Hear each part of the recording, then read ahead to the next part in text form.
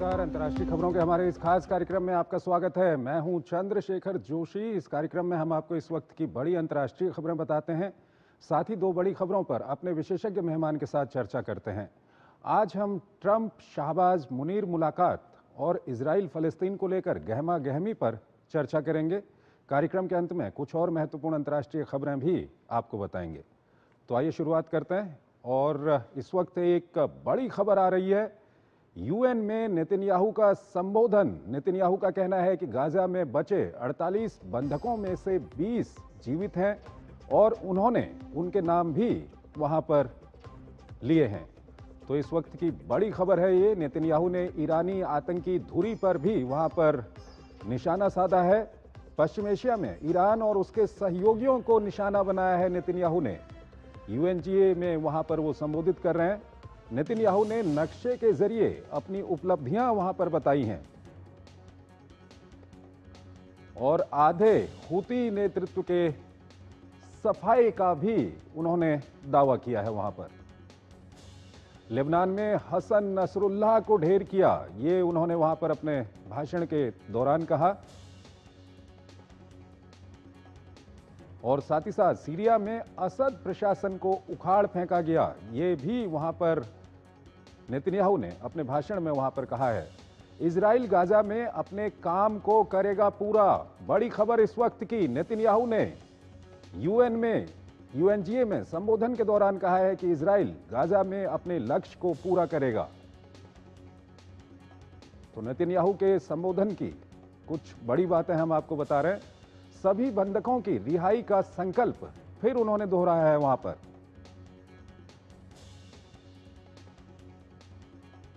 और गाजा में नेतन्याहू के भाषण का लाउड स्पीकर से वहां पर प्रसारण भी हो रहा है और लाउड स्पीकरों के माध्यम से वो बंधकों से बात करना चाहता हूं, ये उन्होंने कहा है।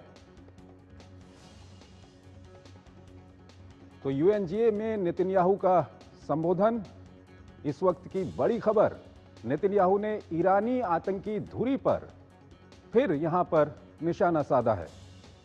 चाहे हम हुती की बात करें, हमास की बात करें, हिजबुल्लाह की बात करें, सब पर निशाना साधा है नेतन्याहू ने। कहा पश्चिम एशिया में ईरान को उन्होंने निशाना बनाया है, जो भी वहां पर परेशानी है उसके लिए। नेतन्याहू ने नक्शे के जरिए अपनी उपलब्धियां बताई हैं कि किस तरह से नेतन्याहू ने हसन नसरुल्लाह को खत्म किया, हिजबुल्लाह के खिलाफ किस तरह से इजराइल ने अपना अभियान चलाया, गाजा में किस तरह से अभियान चल रहा है, साथ ही साथ हुती के खिलाफ किस तरह से इजराइल ने हमला किया। ये जानकारी वहां पर नेतन्याहू की तरफ से दी गई है। और सीरिया में असद प्रशासन को उखाड़ फेंका गया, ये भी नेतन्याहू की तरफ से वहां पर कहा गया है। यूएनजीए को संबोधित कर रहे हैं नेतन्याहू। और सबसे बड़ी खबर यह है कि नेतन्याहू ने वहां पर कहा है कि इजराइल गाजा में जो इजराइल का लक्ष्य है उसको पूरा करेगा। इस वक्त की बड़ी खबर नेतन्याहू ने यूएनजीए में ऐलान कर दिया है। और आइए अब आपको हम लिए चलते हैं आज की अंतर्राष्ट्रीय हेडलाइंस की ओर।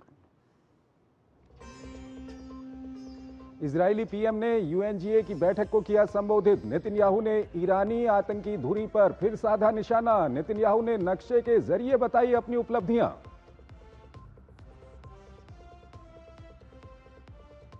यूक्रेन युद्ध को लेकर प्रधानमंत्री मोदी और रूसी राष्ट्रपति के बीच बातचीत पर नाटो प्रमुख के दावे को भारत ने किया खारिज।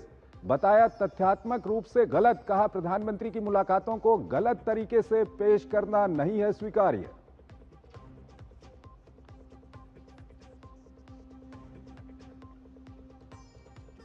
यूएनजीए की बैठक से इतर G20 देशों के मंत्रियों के सम्मेलन में हंगामा। ब्रिटेन ने यूक्रेन पर रूसी हमले को बताया अकारण और आक्रामक। रूसी विदेश मंत्री लावरोव बीच में बैठक छोड़कर निकले। पश्चिमी देशों पर फोड़ा युद्ध का ठीकरा। ब्रिटेन में काम करने के लिए अब डिजिटल पहचान पत्र जरूरी। प्रधानमंत्री स्टारमर ने कहा अवैध आव्रजन और सीमाओं पर नियंत्रण बनाए रखने के लिए उठाया कदम। टिकटॉक पर अमेरिकी राष्ट्रपति ने कार्यकारी आदेश पर किया हस्ताक्षर। अमेरिकी निवेशकों के पास कंपनी की 45% हिस्सेदारी। मूल चीनी कंपनी बाइट डांस की हिस्सेदारी 20% से भी कम अमेरिका के पास होगा डेटा और सुरक्षा का अधिकार।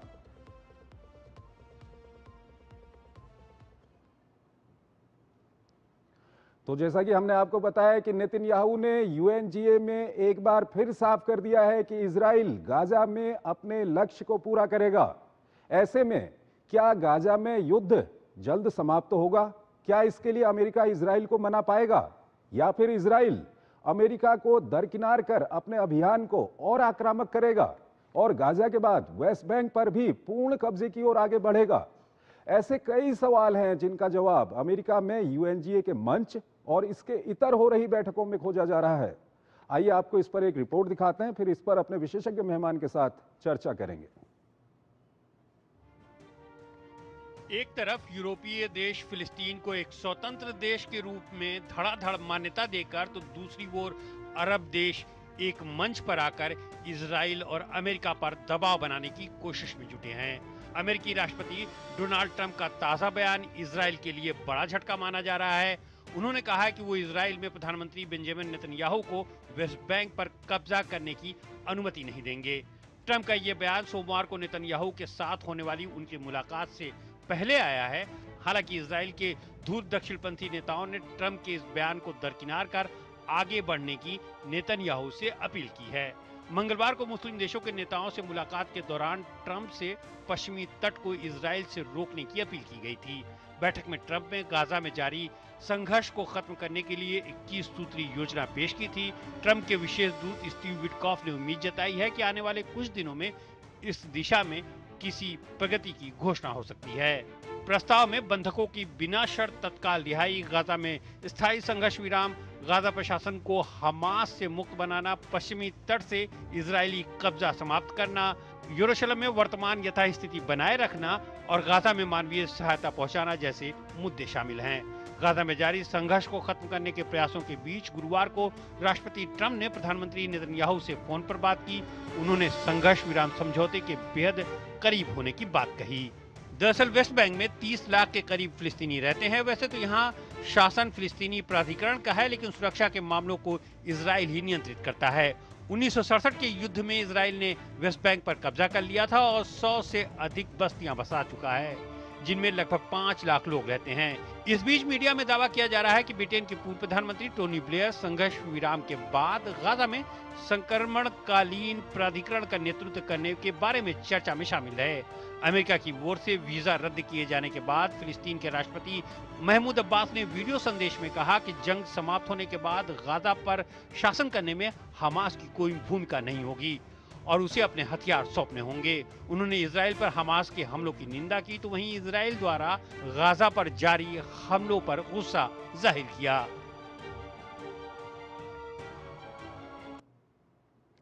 और इस खबर पर ज्यादा बात करने के लिए हमारे साथ जुड़ रहे हैं Sushil Kumar Singhal, former senior diplomat हैं, विदेशी मामलों के जानकार हैं। सिंघल साहब, बहुत बहुत स्वागत है आपका हमारे इस कार्यक्रम में। सिंघल साहब, पहली बात तो यह है कि नेतन्याहू ने यूएनजीए में अपने संबोधन में ये साफ कर दिया है कि इजराइल गाजा में नहीं रुकेगा, अपने लक्ष्य को प्राप्त करेगा। किस तरह से देखते हैं इसको? देखिए, इजराइल का उद्देश्य मेरे ख्याल से जो है, खासकर गाजा में उनका जो उद्देश्य है वो ये है कि हमास की जो एग्जिस्टेंस है वो उसको पूरी तरह से खत्म कर दिया, नस्ते नाबूद कर दें वो, और उनके जो बंधक हैं उनको वो छुड़वा लें। और जैसे तरह के आपने अभी रिपोर्ट में भी दिखाया कि वो रिक्वेस्ट कर रहे हैं कि हम बात करना चाहते हैं, लेकिन ये क्या हो पाएगा, ये एक समस्या, एक सवाल है। क्योंकि अभी तक इजराइल जितने भी अटैक किए हैं, जिस तरह से भी उनको एक तरीके से पूरी तरह कब्जा किया हुआ है, उसके बावजूद हमास की प्रेजेंस को वो खत्म नहीं कर पाए हैं। तो लेकिन और एक वहां ह्यूमैनिटेरियन क्राइसिस भी उसकी वजह से पैदा हो गया है और इजराइल अलग थलग भी पड़ता जा रहा है, स्पेशली जो यूरोपियन कंट्रीज को देखते हुए। वहां उनकी जो काफी बदनामी हो रही है और उस तरह से जो उनको रिकॉग्निशन दिया जा रहा है पैलेस्टाइन को, तो उससे उनकी कमजोरी आ रही है। और अगर इजराइल जो फेल हो गया इसमें अपने उद्देश्य में, तो फिर क्या होगा, यहाँ कंटिन्यू जो चल रहा है हमास का लो इंटेंसिटी अटैक बराबर चलते रहेंगे। और मेरे जो अभी जैसा कि अभी इंडिकेशन दिया आपने अपनी उसमें रिपोर्ट में कि प्रेसिडेंट इजराइल भी और पैलेस्टीनियन अथॉरिटी भी, प्रेसिडेंट अब्बास ने जैसा भी बोला, और प्रेसिडेंट ट्रंप भी, वो इस तरफ कोशिश कर रहे हैं कि जो लड़ाई जब बंद हो तो उसमें एक एडमिनिस्ट्रेशन बने, वो इंटरनेशनल लेवल का हो और इसमें हमास का कोई रोल नहीं हो। लेकिन हमास को हटाने में क्या संभव हो पाएगा उनको उसके बिना, ये एक बहुत बड़ा क्वेश्चन मार्क है। यहाँ पे ये काफी महत्वपूर्ण है कि महमूद अब्बास वहां पर जाकर कहते हैं कि हमास को वहां पर हथियार छोड़ने पड़ेंगे, हमास का वहां पर कोई रोल नहीं होगा। हमास कहता है ऐसा नहीं है, हमारा रोल होगा। वो महमूद अब्बास का विरोध करता है। और दूसरा जो दक्षिणपंथी राजनेता है इजराइल में, वो कहते हैं कि जो इजराइल है उसको वेस्ट बैंक में भी अपना अभियान चलाना चाहिए। ट्रंप कहते हैं कि वो वेस्ट बैंक में नहीं चलाने देंगे इजराइल को। इसको कैसे देखता है? देखिए, बात ये, वही मैं उसी बात पर कह रहा था मैं कि ये जो सब कह रहे हैं वो प्रैक्टिकली कितना हो पाएगा, क्योंकि हमास को इतने, अब 2 साल पहुंच चुके हैं, तीसरा साल चल रहा है ऑलमोस्ट, कि अभी तक उनको खत्म नहीं कर पाए। उनकी लीडरशिप अभी तक कतार में इंटैक्ट है। और ये जरूर बात है कि गाजा में अब जो लोग वहां रह रहे हैं, जो समस्या का सामना कर रहे हैं, वो विरोध भी करने लगे हमास का, लेकिन उनकी पकड़ अभी भी वहां पर है। दूसरी तरफ ये जो अभी अपने वेस्ट बैंक के बारे में बात की, उसके लिए जो अभी जैसे प्रेसिडेंट ट्रंप ने मीटिंग की थी यूएन के साइडलाइन में, जनरल असेंबली के टाइम पे, उसमें उन्होंने जो सुनने में आ रहा है वो ये बात वहां पे साफ हो गई थी बात कि जो अरब कंट्रीज हैं या मुस्लिम कंट्रीज हैं, उन्होंने साफ बोला है उनसे कि वेस्ट बैंक का जो है वो रेड लाइन है उनके लिए। अगर इजराइल का उस पर कब्जा होता है तो उसका वो विरोध करेंगे। और प्रेसिडेंट ट्रंप ने भी यही बात की है, क्योंकि प्रेसिडेंट ट्रंप क्या कोशिश कर रहे हैं, वो कोशिश ये कर रहे हैं कि जो रीजनल पावर्स हैं वो इसकी फंडिंग करें, जो भी रिकंस्ट्रक्शन की कॉस्ट आई। तो अंतिम वो सवाल इजराइल, सिंघल साहब, अंतिम सवाल आपसे जानना चाहते हैं कि पैलेस्टाइन अथॉरिटी, जो महमूद अब्बास जिसके चीफ हैं, वो जो कह रहे हैं हमास ठीक उसके उलट कह रहा है, दोनों के बीच में विवाद सामने आ गया है, ये इजराइल के पक्ष को कितना ताकत दे सकता है? देखिए, ऐसा है कि बात यह है कि जो प्रेसिडेंट अब्बास कह रहे हैं वो बिल्कुल वही बात कह रहे हैं जो इजराइल कह रहा है, लेकिन समस्या ये है कि वो क्या एनफोर्स कर सकते हैं? तो उनमें ताकत तो नहीं है एनफोर्स करने की। वो कह तो रहे हैं, लेकिन जब ग्राउंड रियलिटी ये है कि वो खुद एनफोर्स नहीं करते, उनके पास अथॉरिटी नहीं है। वो डिमांड कर रहे हैं जो इजराइल डिमांड कर रहा है, लेकिन ताकत, जो कैपेसिटी है, वो केवल इजराइल में है, या फिर अगर अरब कंट्रीज तैयार हो जाएं सब काम करने के लिए, जो कि बड़ा मुश्किल लग रहा है मुझे इस वक्त। ठीक है, तो ये एक मुझे समस्या नजर आ रही है इसमें। पीएलए ऑफकोर्स, जो पैलेस्टीन अथॉरिटी है, वो सही बात कह रही है कि भाई हमास का हम कोई रोल नहीं देना चाहते, लेकिन उनमें इसमें उसकी कैपेसिटी नहीं है एनफोर्स करने की। जो ठीक है, सिंघल साहब आप हमारे साथ बने रहिए। एक और महत्वपूर्ण खबर है, उस पर अभी हम आपसे बातचीत करेंगे। हमको एक छोटा सा ब्रेक लेना है, यहाँ पर एक छोटा सा ब्रेक लेते हैं। लाल रंग इसका अपार, तीखा कम है फिर भी स्वाद, बेमिसाल बेमिसाल MDH Kashmiri, MDH Kashmiri, MDH। स्वच्छ उत्सव के बिना उत्सव सभी व्यर्थ है, स्वच्छता के ही है तोरण और उसी के अर्थ है। हो साच है स्वच्छता और सांझ हो इसमें सभी की काम ये, और आगे बढ़े रुके ना फिर ये कभी। स्वभाव में संस्कार में स्वच्छता उमंग हो, स्वच्छता हो धर्म और स्वच्छता ही कर्म हो। 25 सितंबर 2025 को सुबह 8 बजे एक साथ एक दिन 1 घंटे के लिए स्वच्छता के लिए श्रमदान करें। दिल्ली में कारोबार करना अब आसान।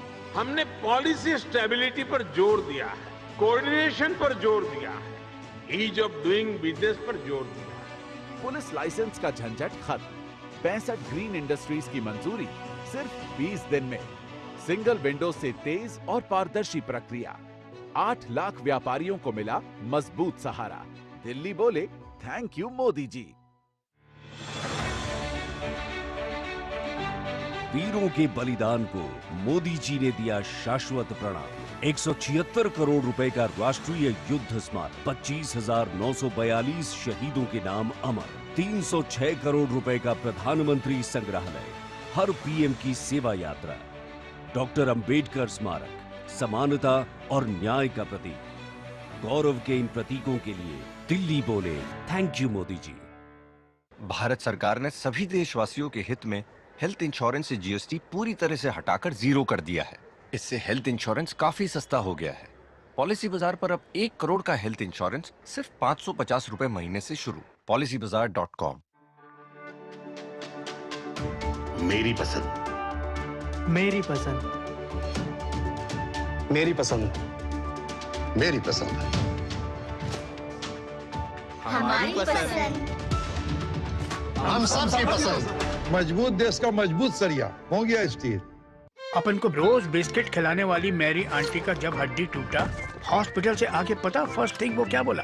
अपन को सब कहता था हर साल हेल्थ इंश्योरेंस पे काय को पैसा उड़ाता है। अब देख 2.5 लाख का क्लेम पास हुआ है मैन। अच्छा किया इंश्योरेंस लिया। MDH का किचन किंग किचन में हो तो हम सब कुछ बना सकते हैं। बैंगन का भरता, आलू गोभी, भिंडी मसाला और भी बहुत कुछ। MDH। स्वागत है आपका ब्रेक के बाद। अमेरिकी राष्ट्रपति ट्रंप से पाकिस्तानी पीएम शहबाज शरीफ और सेना प्रमुख आसिम मुनीर की मुलाकात सुर्खियों में है। बताया जा रहा है कि ट्रंप ने मुलाकात से पहले दोनों को काफी इंतजार भी करवाया। ऐसे में सबसे बड़ा सवाल यह है कि अमेरिका और पाकिस्तान में बढ़ती नजदीकी के पीछे असल कारण क्या है। आइए इस मुलाकात के मायनों को खोजती एक रिपोर्ट आपको दिखाते हैं, फिर इस पर अपने विशेषज्ञ मेहमान से बात करेंगे। पुराने बयानों से पलटकर नई लाइन खींच देना जैसे अमेरिकी राष्ट्रपति डोनाल्ड ट्रंप की कूटनीति का हिस्सा बन गया है। ओसामा बिन लादेन जैसे खूंखार आतंकी को पनाह देने के लिए जिस पाकिस्तान पर कभी माफी मांगने का दबाव डालते थे, अब उसी के साथ गलबैया कर रहे हैं। इतना ही नहीं, कुछ महीने पहले अमेरिकी सरजमीन से दुनिया को परमाणु हथियारों की धमकी देने वाले पाकिस्तान के फील्ड मार्शल आसिम मुनीर और शहबाज शरीफ को महान नेता बताने से भी उन्हें संकोच नहीं। हालांकि पूरी दुनिया इस सच्चाई से वाकिफ है कि संयुक्त राष्ट्र द्वारा प्रतिबंधित आतंकियों को मुनीर और शहबाज का गठजोड़ खुलेआम अपनी सरजमीन पर पाल पोस रहा है। बहरहाल जिन भी मजबूरियों के तहत राष्ट्रपति ट्रंप पाकिस्तान के प्रधानमंत्री शहबाज शरीफ से एक हफ्ते में दूसरी बार मिले हों, लेकिन इस दौरान पाकिस्तानी नेतृत्व को फजीहत का सामना भी करना पड़ा। ट्रंप ने मुलाकात के लिए करीब आधे घंटे इंतजार करवाया। इसके बाद ना तो कोई प्रेस वार्ता हुई और ना ही व्हाइट हाउस की तरफ से कोई बयान जारी किया गया। पाकिस्तान के प्रधानमंत्री कार्यालय द्वारा मुलाकात की तस्वीरें और विवरण जरूर जारी किया गया। इस मुलाकात से पाकिस्तान के विदेश मंत्री इसहाक डार गायब दिखे, जबकि इस समय वो अमेरिका में ही मौजूद हैं। वहीं अमेरिका की ओर से उपराष्ट्रपति जेडी वेंस और विदेश मंत्री मार्को रूबियो बैठक में मौजूद रहे। यह मुलाकात ऐसे समय में हुई जब वैश्विक मंच पर एक साथ कई घटनाएं हुई हैं। हाल ही में ट्रंप की पाकिस्तान के पड़ोसी देश अफगानिस्तान के बगराम में अचानक दिलचस्पी बढ़ गई है। उनका दावा है कि बगराम एयरबेस को अमेरिका ने बनाया है, लिहाजा इस पर उसका हक है। अमेरिका को नहीं सौंपने पर उन्होंने तालिबान को बुरे अंजाम की धमकी भी दे डाली। तो तालिबान ने इस मांग को खारिज करते हुए अगले 20 साल तक युद्ध लड़ने की चेतावनी दे दी। लेकिन तालिबान ट्रंप के साथ। सुशील कुमार सिंघल हमारे साथ जुड़े हुए हैं, फॉर्मर सीनियर डिप्लोमेट हैं, विदेशी मामलों के जानकार हैं, उनसे हम बात करेंगे। सिंघल साहब, आपसे हम जानना चाहेंगे कि ट्रंप पाकिस्तान को साध रहे हैं या पाकिस्तान अमेरिका को साध रहा है, किसके क्या इंटरेस्ट हैं?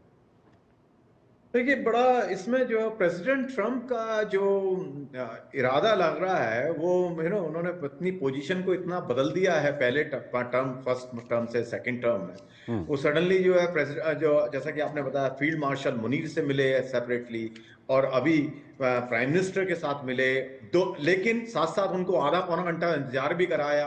और वहां पे उनको जब अपनी लोग पत्रकारों ने उनसे पूछा वो कहाँ है, तो कह रहे हैं शायद यहीं कहीं घूम रहे हैं, वो पता नहीं कहाँ पर है, लेकिन यहीं कहीं होंगे वो। तो जिस तरीके से परफंक्शनली तरीके से उनसे वो बातचीत, उनके बारे में बातचीत की, वो बड़ा सरप्राइजिंग था।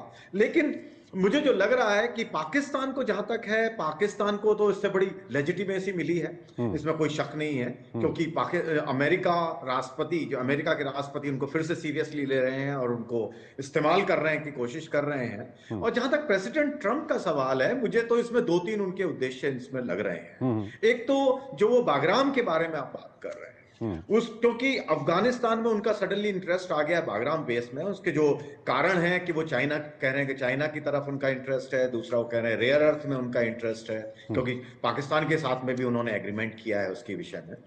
तो वो पाकिस्तान को एक वो मोहरा मेरे ख्याल से बनाना चाहते हैं, और इसके लिए उन्होंने इन्वेस्टमेंट वगैरह के बारे में बात कर रहे हैं। सर वक्त कम है, थोड़ा जल्दी से आप ये 2-3-4 जो बता रहे हैं जल्दी से बता दीजिए। हाँ, तो मेरे जो है लग रहा है कि जो है ये प्रेसिडेंट ट्रंप ये दिखाने की कोशिश कर रहे हैं कि भाई पाकिस्तान को हम फिर से इंपॉर्टेंस दे रहे हैं, और दूसरे देशों को ये दिखाने की कोशिश कर रहे हैं इस रीजन में कि पाकिस्तान को हम साथ में रख रहे हैं, और पाकिस्तान को ये फायदा होने वाला है कि वो दुनिया में जब भी नेगोशिएट करेंगे तो उनकी लेजिटिमेसी इंप्रूव हो गई है। दूसरा उनको ये फायदा है कि वो दिखा सकते हैं कि भाई हम अमेरिका के साथ में हैं, लेकिन उसमें उनके पिटफॉल भी हैं, क्योंकि अगर वो ज्यादा कमिट कर दें, जो कि पाकिस्तान की आदत है, तो डिलीवर नहीं कर पाएंगे, उनको समस्या खड़ी हो जाएगी। बहुत बहुत शुक्रिया सर हमारे इस कार्यक्रम में जुड़ने के लिए और अपना महत्वपूर्ण विश्लेषण हमारे दर्शकों के साथ साझा करने के लिए। एक और छोटा सा ब्रेक लेते हैं, उसके बाद आज की कुछ और महत्वपूर्ण अंतर्राष्ट्रीय खबरें आपको बताएंगे।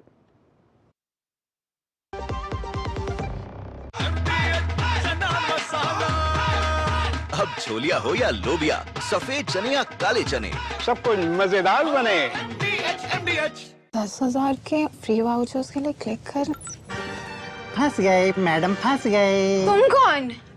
फ्री कूपन देने वाला स्कैमर। यहाँ आपने अपने सुंदर हाथों से लिंक पर टैप किया और वहाँ मैंने आपका पूरा मोबाइल हैक किया। Hack? Password hack, photos morph, OTP चोरी, AI यूज करके वो वाली साइट्स पे अपलोडिंग। ये सब किसी और ने पॉपअप दबा दिया, मैं चला। मैडम जी, स्कैमर बता के नहीं आता, पर अननोन लिंक पे क्लिक करने से आपको साइबर बुलिंग और सेक्सटॉर्शन का शिकार बना जाता है। साइबर क्राइम से बचना है तो रुको, सोचो, फिर एक्शन लो।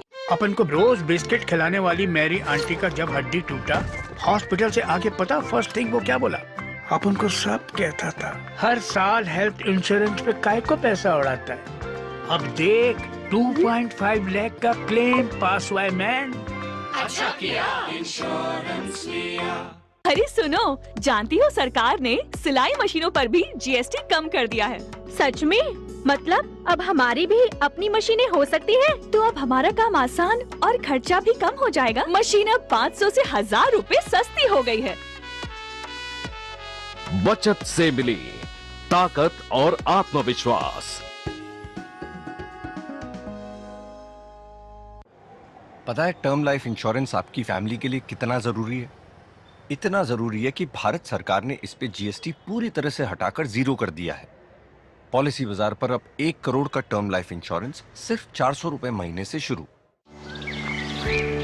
पता है कल जो है मेरे घर पर NSO के अधिकारी आए थे, मैंने तो उन्हें सारी सही जानकारी दे दी। हाँ, मेरे घर पे भी आए थे। अच्छा? तो मैंने भी उनको सारी जानकारी दी। ये NSO क्या है और क्या जानकारी दी आप लोगों ने उन्हें? अरे NSO यानी नेशनल स्टैटिस्टिक्स ऑफिस, जो इस समय पूरे देश में हाउस होल्ड हेल्थ एक्सपेंडिचर सर्वे कर रहा है, जिसके अंतर्गत पूछा जा रहा है कि पिछले 1 साल में किस तरीके की बीमारियां हुई है, कितना खर्चा आया है और बीमा का फायदा हुआ या नहीं। और अगर किसी घर में महिला माँ बनी है, कोई टीकाकरण की गई जाँचें और डिलीवरी किसके द्वारा हुई, कहाँ हुई, और सबसे जरूरी बात, माँ और बच्चा सुरक्षित है या नहीं। और ऐसी स्वास्थ्य संबंधी जानकारियां इकट्ठी की जाती हैं और हमसे साझा की गई जानकारी के द्वारा सरकार ये तय करती है कि आने वाले समय में स्वास्थ्य संबंधी नीतियां कैसी हों, सुविधाएं बेहतर कैसे बने। और सबसे महत्वपूर्ण बात, ये सारी जानकारी 100% गोपनीय रखी जाती है। हमने तो अपनी जिम्मेदारियां निभा दी, अब बारी है आपकी। आपके घर के खाने में रेस्टोरेंट जैसा स्वाद ले आए MDH का शाही पनीर मसाला। पनीर को क्या मस्त बना डाला।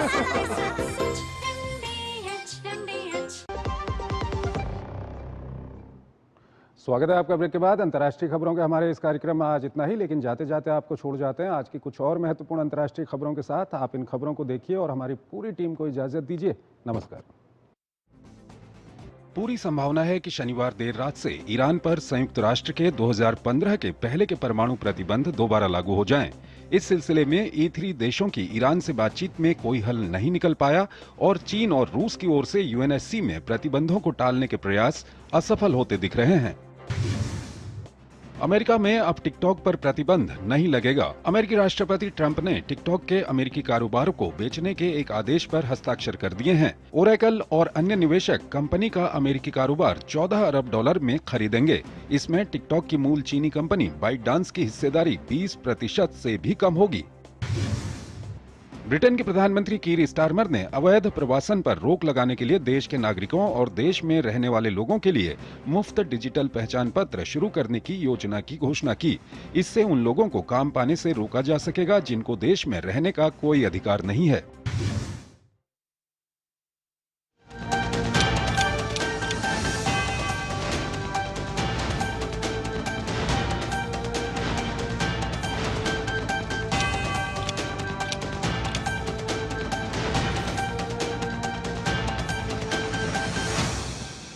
खबर दुनिया की